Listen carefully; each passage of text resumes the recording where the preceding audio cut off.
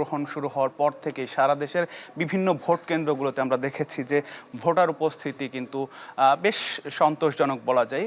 আগের নির্বাচনগুলোতে যেখানে আমরা দেখেছি যে ভোটাররা ভোট দিতে পারেনি, অনেক কেন্দ্রেই তারা ভোট দিতে গিয়ে হয়তো ফেরত এসেছেন। বিশেষত শেষ তিনটি নির্বাচন ২৪, তার আগে ১৮ এবং ১৪, এই তিনটি নির্বাচনে আমরা আসলে দেখতে পারিনি তাদের মধ্যে, এবার যেমনটা দেখতে পাচ্ছি। আমরা সকাল থেকে আমাদের সহকর্মীদের মাধ্যমে বিভিন্ন কেন্দ্রের চিত্র দেখানোর চেষ্টা করছিলাম। আজকে সকাল 7:30টায় ভোট গ্রহণ শুরু হয়েছে, আপনারা দেখছেন, এবং আজকে বিকেল 4:30টা পর্যন্ত কিন্তু টানা ভোট গ্রহণ চলবে। বিভিন্ন কেন্দ্রে ভোট দিয়েছেন এরই মধ্যে আমরা দেখলাম কিছুক্ষণ আগে গুলশান 2-এ অবস্থিত Gulshan model high school and college কেন্দ্রে ভোট দিয়েছেন বিএনপি চেয়ারম্যান তারেক রহমান, যিনি ওই আসন অর্থাৎ ঢাকা 17 আসনের প্রার্থীও বটে।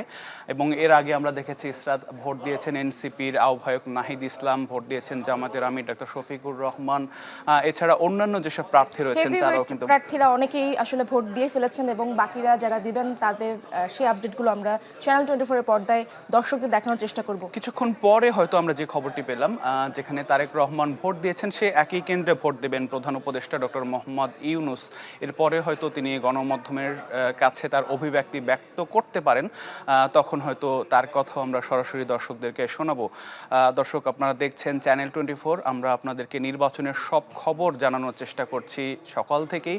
আমাদের সহকর্মীরা দেশের নানা প্রান্তে ছড়িয়ে ছিটিয়ে রয়েছেন। এবার জানেন যে ইসরাত 299টি আসনে ভোট গ্রহণ হচ্ছে, কারণ একটি আসনে যেখানে একজন প্রার্থী মারা যাওয়ার কারণে স্থগিত করা হয়েছে সেই আসনটি, বাকি 299টি আসনে কিন্তু ভোট গ্রহণ চলছে। আমরা বিভিন্ন কেন্দ্রের চিত্র আপনাদেরকে দেখাতে চাই। এরই মধ্যে আমাদের সহকর্মী আবরার শাইরও যুক্ত হয়েছেন রাজশাহী থেকে, তার কাছে চলে যেতে চাই ইসরাত।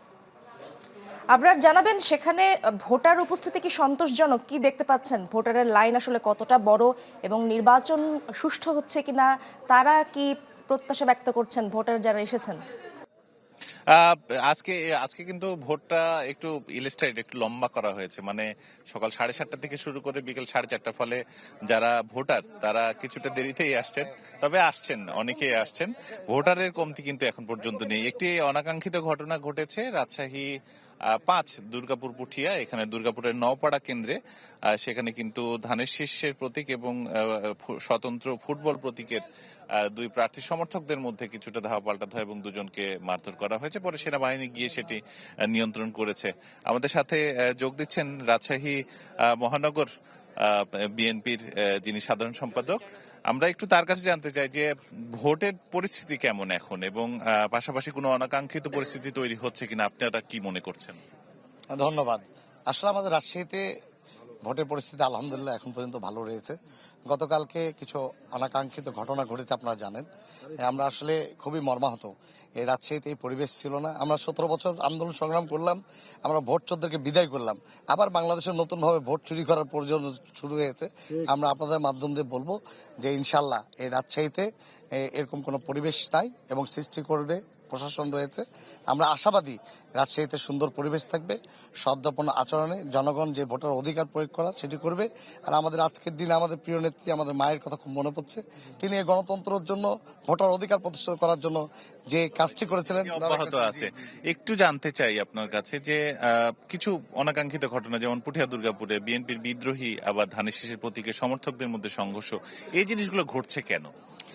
আসলে দেখুন, এটি আমাদের বিদ্রোহী প্রার্থী কিংবা ধানের শীষের প্রার্থী, আমাদের বিদ্রোহ প্রার্থী তো আমাদের নাই, তিনি বহিষ্কার হয়েছে। আমাদের ধানের শীষ যে প্রার্থী, আমাদের পার্টি যে সিদ্ধান্ত দিয়েছে সেটি আমাদের প্রার্থী। এখন পর্যন্ত ভোটারের উপস্থিতি কি সন্তোষজনক কিনা? না, আমরা খুবই সন্তোষজনক। তবে ভোটাররা যে প্রক্রিয়াটা করেছে, একটি সেন্টারে দেখা যায় 14-15টা বুথ, কিন্তু সেই বুথে একজন করে শুধু ভোট দেওয়ার জন্য একটা ক্যাপাসিটি করেছে। এটি যদি 2-3টি বাড়িয়ে দিত তাহলে ভালো। তার আমাদের এখানে নেটের খুব সমস্যা, আমরা কমপ্লেন পাচ্ছি নেটটা ভালো করে দেওয়ার জন্য, এবং সিসি ক্যামেরা এখানে যেগুলো সব জায়গায় করার কথা ছিল সেটি করে নাই। অনেক ধন্যবাদ। আমরা দেখতে পাচ্ছি একজন প্রার্থী রাজশাহী 2 আসনের যিনি জামায়াত প্রার্থী, তিনি এরই মধ্যে ভোট দেবার জন্য এই আসনটিতে আসছেন। আর ডাক্তার জাহাঙ্গীর, তিনি মূলত এখানে ধানের শীষের প্রতীকের সাথে লড়াই করছেন। আমরা একটু তার কাছে শুধু জানতে চাই, স্যার 1 মিনিট, আমরা একটু লাইভে আছি, শুধু একটু বলবেন যে ভোটের পরিস্থিতি কেমন, ভোটারের উপস্থিতি কেমন? আলহামদুলিল্লাহ, খুব উৎসবমুখর পরিবেশে ভোট হচ্ছে। বিশাল বিশাল লাইন, সবাই মানে মহিলাদের লাইনটা বড় দীর্ঘ মনে হচ্ছে আর কি।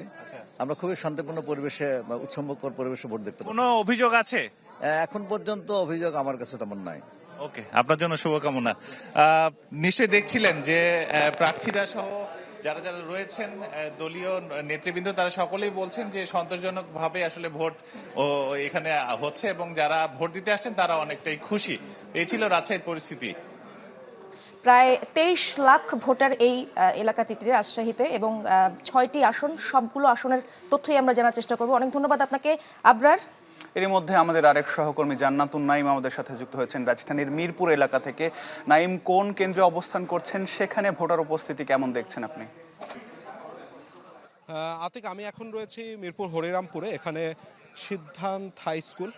এই সিদ্ধান্ত হাই স্কুল হচ্ছে আগে আমি সকালের লাইভে যেটি দেখিয়েছিলাম কল্যাণপুর গার্লস স্কুল, সেটি হচ্ছে মিরপুর যে 14 আসন, প্রায় 4.5 লাখ ভোটারের যেই মিরপুর 14 আসন, সেখানকার সবচাইতে বড় কেন্দ্র।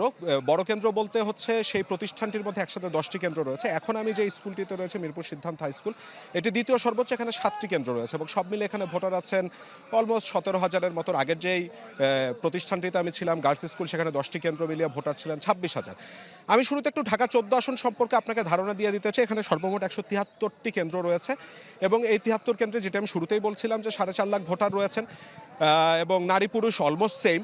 তো এবার কিছুদিন আগে সেনাবাহিনীর পক্ষ থেকে একটি ব্রিফ করা হয়েছিল, সেখানে কিন্তু ঢাকা 14কে এবং 16কে ঝুঁকিপূর্ণ আসন হিসাবে দেখানো হয়েছিল। তা আমি সকাল থেকে তো ঘুরে দেখেছি 4-5টা, আমার যাওয়া হয়েছে বিভিন্ন প্রতিষ্ঠানে, এক একটি প্রতিষ্ঠানে 2-3টা করে কেন্দ্র রয়েছে, কিছু কিছু প্রতিষ্ঠানে একটি কেন্দ্র। তো এখানে আমি যেটি দেখছি যে ভোটার উপস্থিতি মোটামুটি রয়েছে। সকালে যেই প্রতিষ্ঠানটিতে গিয়েছিলাম গার্লস স্কুল, সেখানে প্রচুর ভোটার ছিল। তবে আগের ভোটগুলোতে যেমনটা আমরা বলতাম যে বেলা বাড়ার সাথে সাথে ভোটার উপস্থিতি বাড়বে, এবার কিন্তু চিত্রটা ভিন্ন। এবার সকাল থেকে আমি অনেক ভোটার উপস্থিতি দেখতে পেয়েছি। এখনও পর্যন্ত তেমন কোনো অভিযোগ কারো কাছ থেকেই পাইনি। কিছু কিছু ত্রুটি বিচ্যুতি আমি বলবো, অনিয়ম বলবো না, চোখে পড়েছে। যেমন ভোট কেন্দ্রের 400 গজের মধ্যে কারো কোনো বুথ থাকতে পারবে না, সেই বুথ আমরা দেখেছিলাম, তবে সেটি সেনাবাহিনী এসে পরবর্তীতে তুলে দিয়েছে। যেটি ভালো লেগেছে সেটি হচ্ছে যে এবার আইন শৃঙ্খলা রক্ষাকারী বাহিনীর প্রত্যেকটা সদস্য কিন্তু খুব তৎপর এবং বহিরাগত কাউকে একদমই ভেতরে থাকতে দিচ্ছেন না।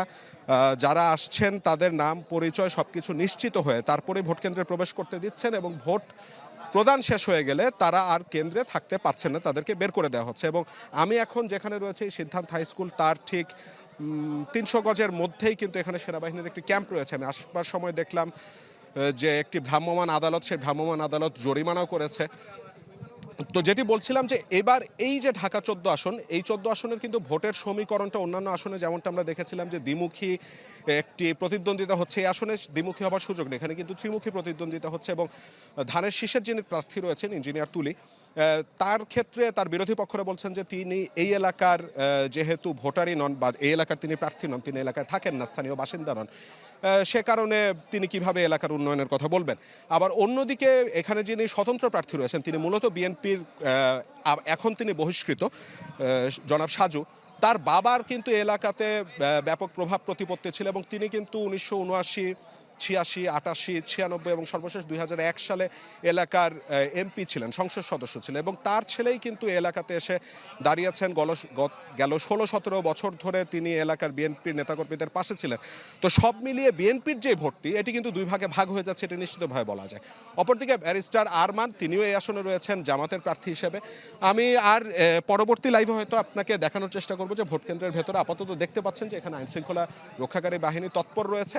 তো এই হচ্ছে আমার কাছে সার্বিক পরিস্থিতি। নিশ্চয়ই নাইম, আমরা ফিরবো প্রয়োজনে আপনার কাছে আবারও পরে খবর জানতে। আতিক, আমরা এবার যেতে চাই নাটোরে। দেবাশিস কুমার সরকার আমাদের সাথে যুক্ত আছেন।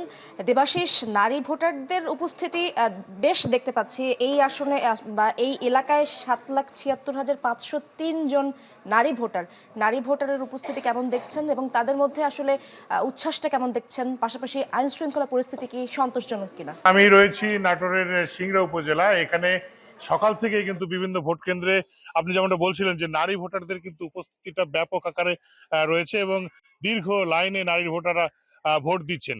আমরা সকাল থেকেই দেখেছি নারী ভোটারদের উপস্থিতি বেশি, বিশেষ করে পুরুষ ভোটাররা কিন্তু আসছেন, ভোট করছেন, চলে যাচ্ছেন, কিন্তু নারী ভোটাররা একেবারে বিভিন্ন, আমরা যে কেন্দ্রে গিয়েছি সেই কেন্দ্রে কিন্তু নারী ভোটারদের যে একটা উপস্থিতি, সেটা কিন্তু লক্ষণীয় বিষয়। আমি রয়েছি নাটোরের সিংড়া খড়মখুরি সরকারি প্রাথমিক বিদ্যালয় কেন্দ্রে। এই কেন্দ্রে ভোট গ্রহণ সকাল থেকে সুষ্ঠু এবং সুন্দরভাবে পরিচালিত হয়েছে। প্রশাসনের তরফ থেকে কোনো ধরনের যে কোনো ধরনের যে অপরাধ প্রবণতা সেটাকে রোধ করে দেওয়া হচ্ছে, এবং যাতে কোনো ধরনের জটলা বা কোনো কিছু যাতে না হয় কেন্দ্রের আশেপাশে, সেগুলো চরমভাবে খেয়াল করা হচ্ছে।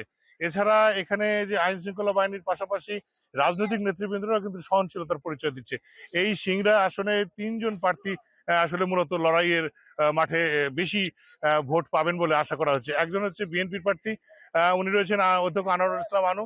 এছাড়া বিএনপি থেকে বহিষ্কৃত এবং জেলা বিএনপির যে যুগ্ম সাধারণ সম্পাদক ছিলেন, যুগ্ম আহ্বায়ক ছিলেন তিনি দাউদার মাহমুদ, তিনিও কিন্তু এখানে ঘোড়া প্রতীক নির্বাচন করছেন এবং মূলত তাদের দুজনের মধ্যে প্রতিদ্বন্দ্বিতা হবে বলে আশা করছেন। অপরদিকে জামাতের প্রার্থী তো এখান থেকে নেই, এখানে শাপলাকলি নিয়ে লড়াই করছেন